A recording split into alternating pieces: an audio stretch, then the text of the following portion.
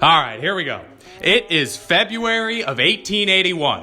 We are at the town jail in Chambersburg, Pennsylvania, and at the moment, a 400-pound giant of a man is standing naked in his jail cell, screaming like a demon, and shoveling his clothes into the jail cell's furnace.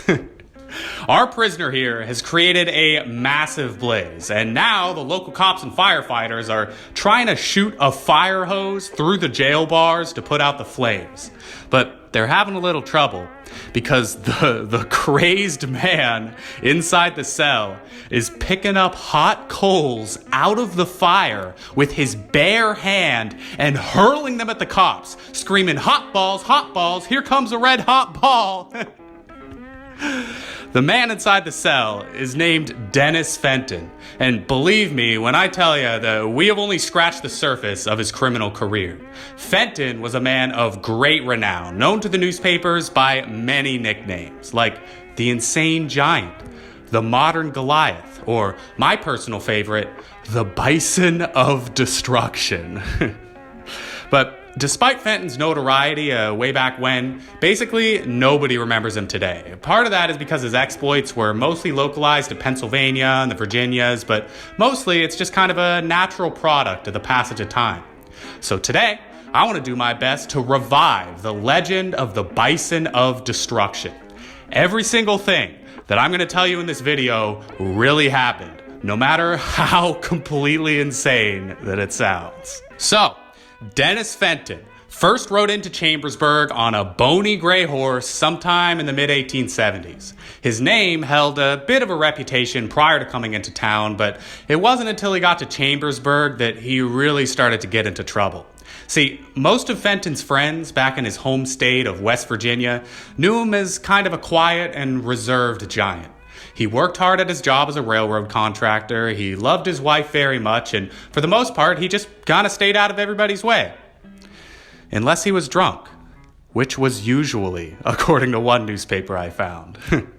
See, when Dennis Fenton had a little liquor in him, he became quite the handful. You know, absolutely massive and full of energy. It was usually only his wife that could keep Dennis under control after a night out drinking.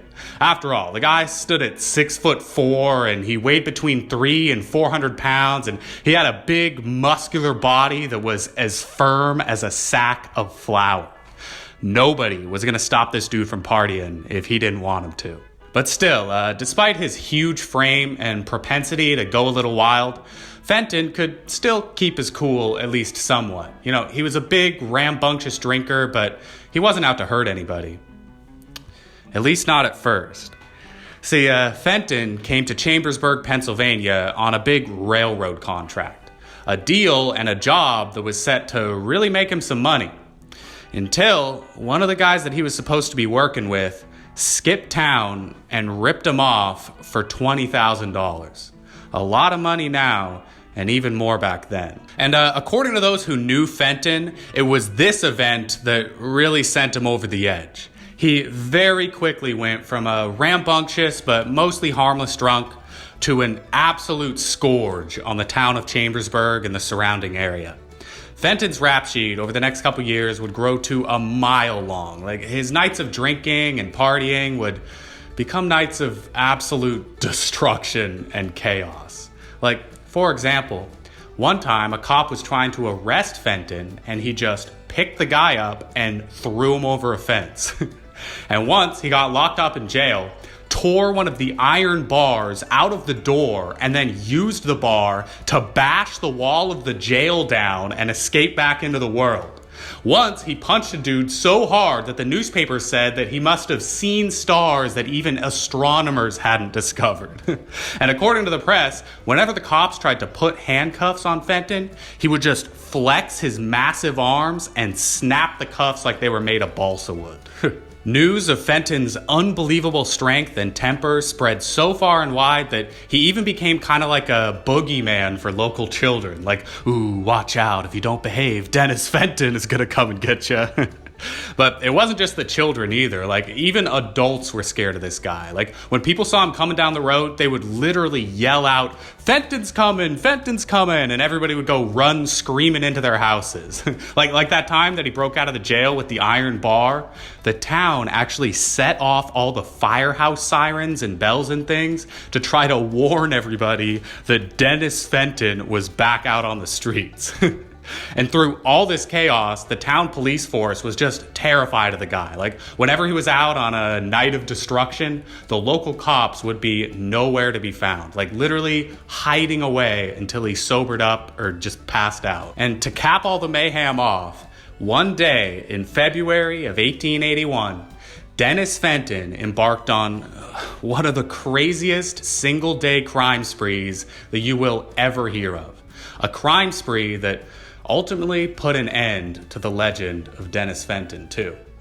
The whole thing started one day when Fenton was drunk and angry, and for some reason he decided that he wanted to go threaten to kill all his neighbors. And so he did. He walked up to their house with a gun and a knife, and he started screaming about how he's going to kill them all and how he's super angry. And eventually the neighbor just got so scared that he called the police down to try to get Fenton under control. So 2 cops showed up, and Fenton immediately asked if they were there to arrest him. The cops said yes, so Fenton told them that they had better use some leather straps to tie him up so he couldn't get away. The cops agreed and proceeded to tie him up tight, with Fenton mostly just sitting there and letting him do it. And then, once he was all bound up, nice and secure, Fenton just flexed real hard and snapped all the straps like nothing. Then he just looked at the cops and said, "How about you guys just go back to town and I'll follow you on horseback?" And the police seemed to like that idea. But before Dennis got on the horse, the cops had to watch as he put a revolver on his saddle and then slid a 2-foot-long knife down the back of his shirt. Despite all the weaponry, though, Dennis and the cops rode into town without incident and then walked into the courthouse before sitting down at a desk so the police could read him all the arrest paperwork. And Dennis sat there very quietly and politely and listened to every single word.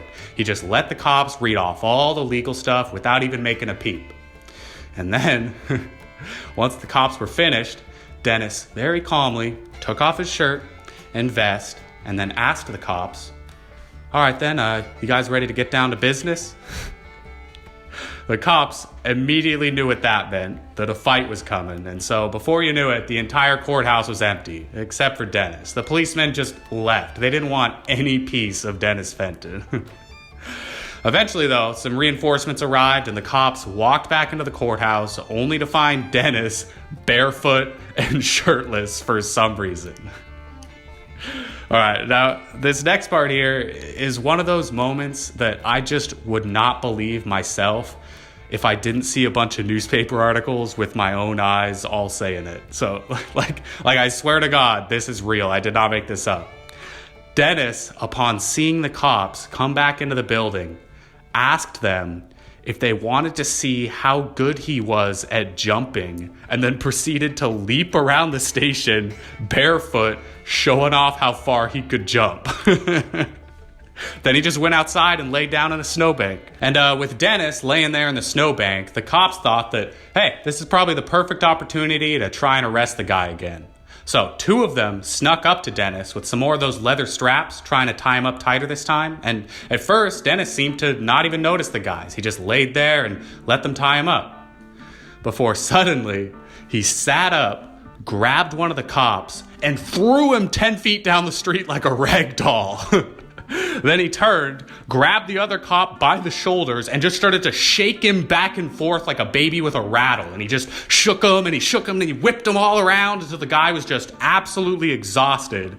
And then he gently set the cop back down on the ground, looked him right in the eye, and said, "You should go back home to your wife and mother now." The cops at this point were just absolutely terrified. So they hopped back on their horses and rode away, only to look behind them and see that Dennis Fenton was riding right after them, screaming like a banshee and whipping around a pickaxe handle that he had got from somewhere. So the police, they raced all the way back to the town magistrate's office, sprinted inside, and to their shock, there's Dennis just sitting there as calm as could be, Like, he had beaten them to the office and was now as docile as a lamb. And what's more, all of a sudden, Dennis wanted to go to jail. Like, no fight, no nothing. He just wanted to be locked up all of a sudden. And so the police decided to oblige him and stuck him in the town jail. And now we're back to where we were at the start of the video. Before long, Dennis Fenton was buck naked, shoveling all his clothes into the jail cell's furnace. He was even burning up chairs and shoving his mattress into the stove, trying to build the flames up higher and higher and higher, and eventually the cops just had to get the firemen over to the jail. But no one wanted to go into the cell because Fenton had ripped a water pipe out of the wall and was now threatening to clobber everybody with it. And so the fireman's only option was to just try to shoot the fire hose through the gaps in the bars, hoping to aim it right into the furnace. But old Dennis was ready for that too. He stuck a big meaty paw out and blocked the fire hose with his bare hand. And when he got sick of that, he tore a board out of the floor and used that to block the water.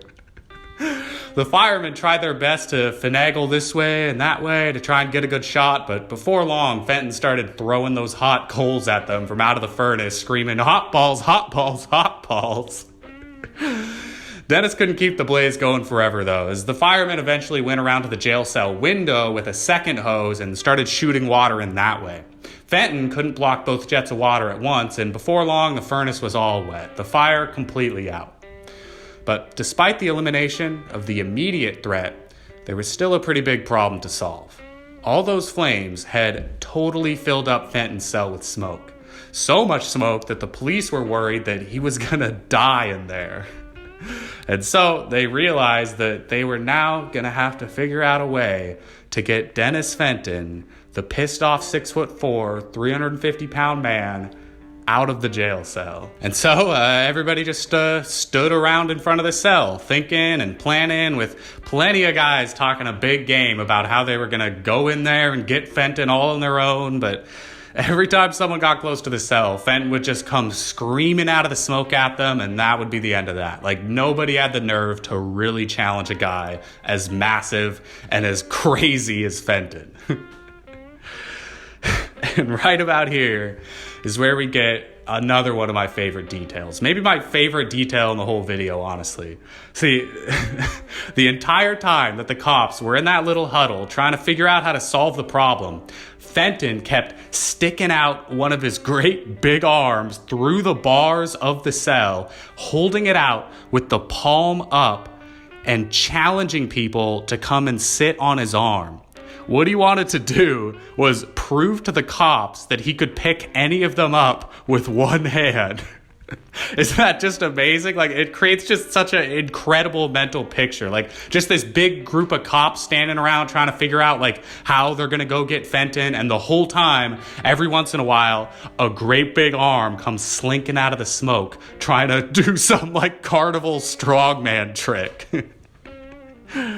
After some time, though, Fenton seemed to calm down a bit, and he called for the town priest to come and talk to him. The priest somehow was able to talk some sense into Fenton, and after a while, the giant came out of the cell on his own volition. He calmly walked down the jail corridors into another cell. The cops closed the door on him, and he mostly just sat there and stayed quiet for the rest of the night. And unsurprisingly, the newspapers for the next few days were absolutely abuzz with the story, including all sorts of details and quotes from those who witnessed the action. Interestingly, though, most of these articles seemed strangely sympathetic to Fenton, like wishing him well in the future and hoping that he feels better, and even recommending that the police try to deal with him more kindly next time. Like, for the most part, it seemed like the town kind of felt bad for Dennis Fenton. And I guess it was that attitude that led the city to let him out on bail a few days after the incident. Dennis was supposed to report to the judge a little while later, though, which he did without too much trouble. Although he did tear his shirt off in front of the judge and threaten to beat up the whole courtroom unless everybody referred to him as Mr. Fenton. The judge, though, stayed strong in the face of all that bravado, and he ended up sentencing Fenton to imprisonment in a nearby mental asylum. And for the most part, that's kind of the end of Fenton's story. He was in and out of jail and the asylum for the next few months, but ultimately he would allow himself to be checked into the mental hospital for a long-term stay. and that's where he spent the rest of his life.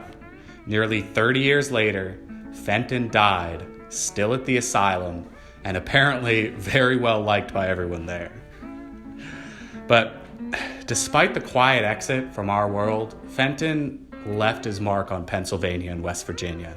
Like, after he died, all the local newspapers were running stories about his past exploits, and everybody had some memory about Dennis Fenton and the excitement that he had caused all those years ago. Every single person who was alive back then, when Fenton was stalking the streets, had some kind of story to tell about him. And to cap it all off, in one of the greatest displays of respect that you could ever receive in the old-time United States of America, a local baseball team named themselves after him. The Dennis Fenton team, knocking it out of the park for one of the craziest goddamn son of a guns to ever walk the earth. Thank you for watching. I'll see you next time.